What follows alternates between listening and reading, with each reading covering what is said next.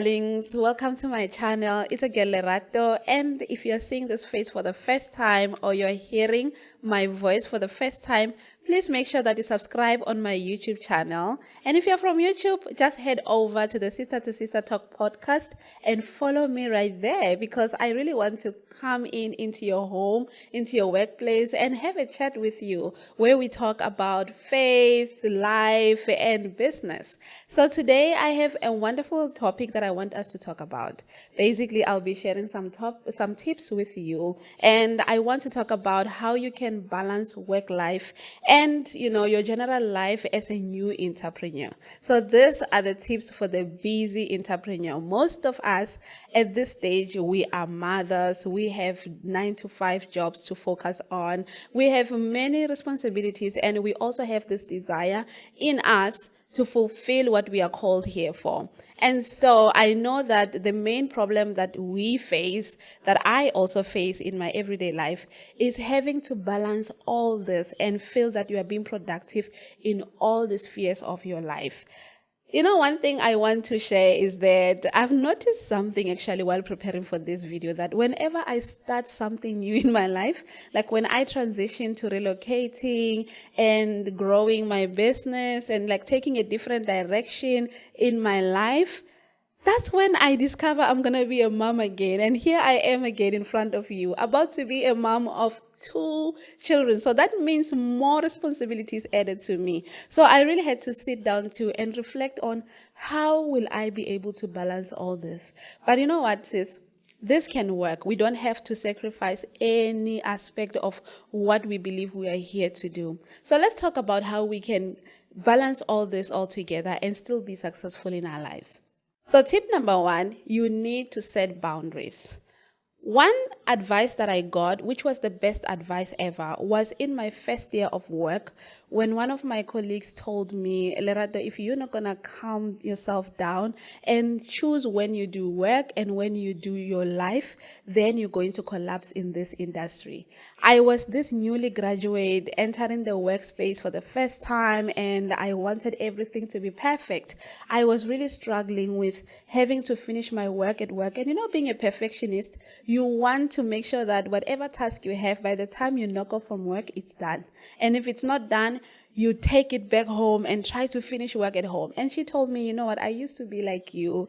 And I had to really force myself and remind myself that I am a human. That's number 1. Number 2, I am given a set amount of work hours for me to fulfill my duties within. Whatever it is that I can't complete here, I'm going to put it in my to-do list for the following day, so that when you're at home, you're able to handle other tasks. Okay, so that's what you have to do. There has to be some boundaries in your life. I understand that, especially when you're new in the work environment, new in business and so on, we tend to overwhelm ourselves with a lot of responsibilities. Certain things we don't have to say yes to. There are some things that we can pass on instead of adding on the responsibility, so that when we get home, you're still able to be a mother, you're still able to be a wife, you're still able to pursue that business idea that you've been putting on the side and thinking of the right time to do it. And you can only do that if you have boundaries. Have certain time or certain tasks that you do in a specific place and tasks that you do when you're at home. And even when it comes to doing your business, when you are so passionate about your idea, you can find yourself busy dwelling in more and more of your business-related tasks, such that you end up shutting down your real life. So even the work hours within your business, they have to be clearly defined, so that you can give yourself that amount of time to thrive in every area of your life. So let's look at tip number 2. Number 2, it goes with the first one, setting boundaries, but it's managing your time well. Time management is very important. I am so blessed because I am somebody who fusses about time just by nature. I value time so much. And if you tell me I have to be at a certain place at a certain time, I always make sure that I I put a mark on myself to say I have to be there 1 hour early. At least if I'm saying I'm late, 30 minutes early, so that at least I don't have to rush through everything.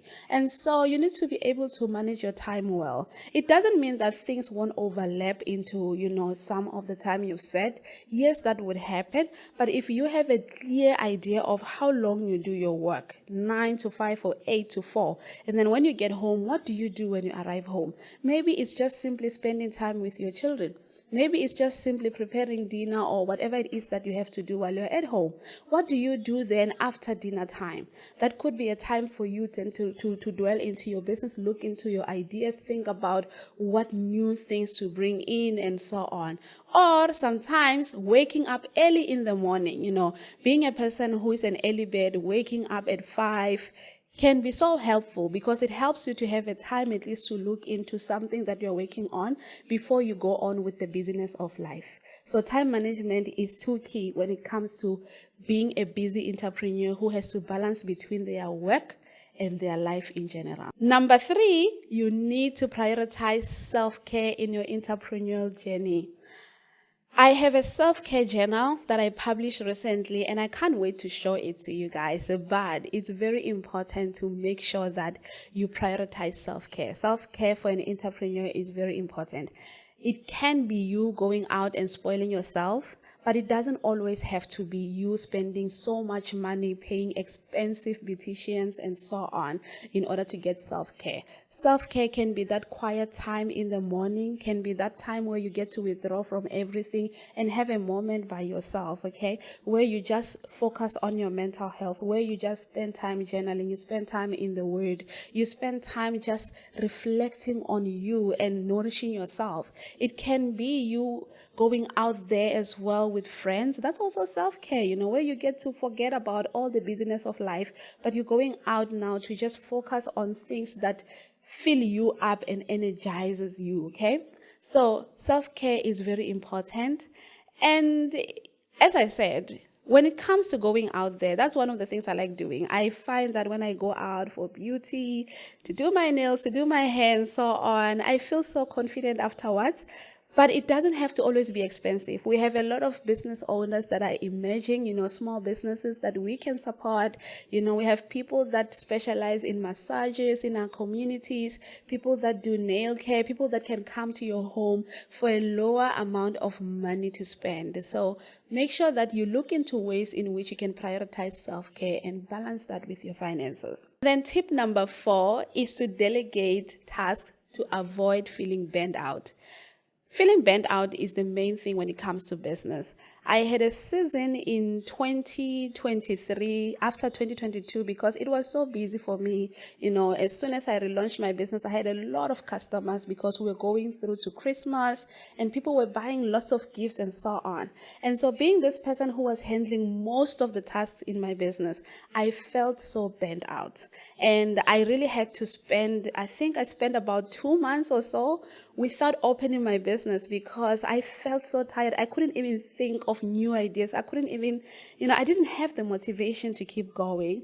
And in that moment, I had to reflect and look into the fact that I need to think about delegating. And I know I've spoken so much about the business structure and having to bring in new people from outside to come in and handle certain tasks within your business. But if you're somebody who's starting, and you don't have that level of finances to be able to bring in a person to work within the business, you don't necessarily need to delegate the tasks within the business. It can be certain tasks that take your time. For example, housekeeping. Ladies, we have to take care of our home. Some of us are mothers, some of us are daughters, some of us, we have long working hours. So it can be something as simple as getting a cleaning company or a person who can come in once a week just to do spring cleaning in the house, and do whole house cleaning, and so that you can have that time where you can focus on what you're passionate about, okay? So it can be also at work where you are working in a team, and so you can be able to take certain tasks and leave certain tasks to some of the teammates so that you don't feel burnt out after work to a point where you cannot even creatively think. So, lastly but not least, be mindful and manage stress. I spoke about self-care. avoid stress, especially when it comes to running a business. Sometimes certain things may not go as planned. Sometimes you will feel overwhelmed. Be mindful of what you allow into yourself, into your mind. Be mindful about what you listen to, what the type of people that surround you. Are they speaking positivity into you and your business, or is it people that are filled with more complaint?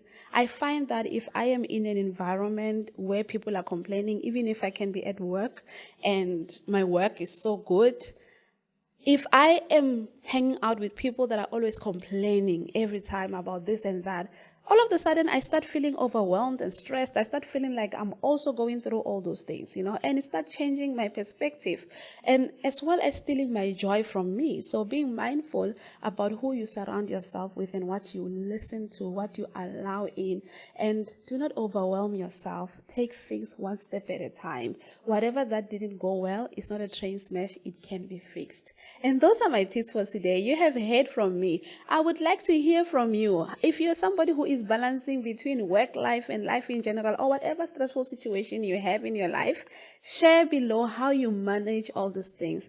I would love to grow and learn from you too. See you on the next one. Bye.